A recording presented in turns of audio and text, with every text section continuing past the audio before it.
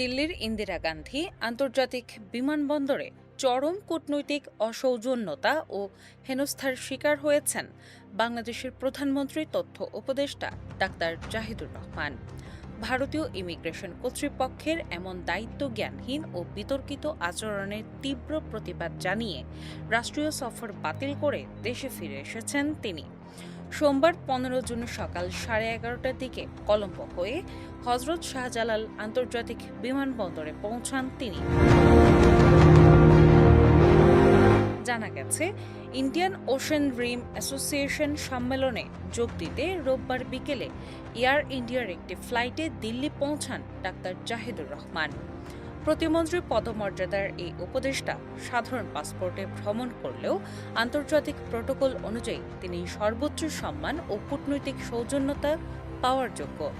কিন্তু দিল্লি বিমানবন্দরে নামার পরপরই ভারতীয় কর্তৃপক্ষ তাদের তথাকথিত নজরদারি তালিকার অজুহাত দেখিয়ে তাকে আটকে দেয়।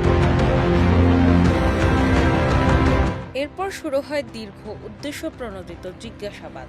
স্বাধীন একটি রাষ্ট্রের প্রধানমন্ত্রীর উপদেষ্টাকে এভাবে দীর্ঘক্ষণ আটকে রেখে জেরা করার ঘটনাকে চরম কূটনৈতিক শিষ্টাচার বহির্ভূত এবং উদ্দেশ্যমূলক হেনস্থা হিসেবে দেখছেন বিশ্লেষকরা। এক পর্যায়ে ভারতীয় কর্তৃপক্ষের এমন অবমাননাকর আচরণে ক্ষুব্ধ ও বিরক্ত হয়ে উপদেষ্টা নিজেই নিজের পাসপোর্ট ফেরত চান এবং তাৎক্ষণিক ঢাকা ফেরার সিদ্ধান্ত নেন।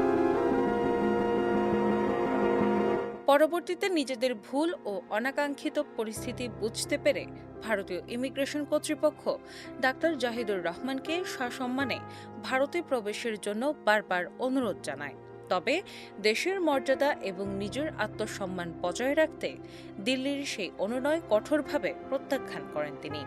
ভারতীয় সরকারের এই খামখেয়ালি ও বিতর্কিত আচরণ দুই দেশের কূটনৈতিক সম্পর্কে একটি বড় ধরনের নেতিবাচক ধাক্কা দিল বলে মনে করছে সংশ্লিষ্ট মহল।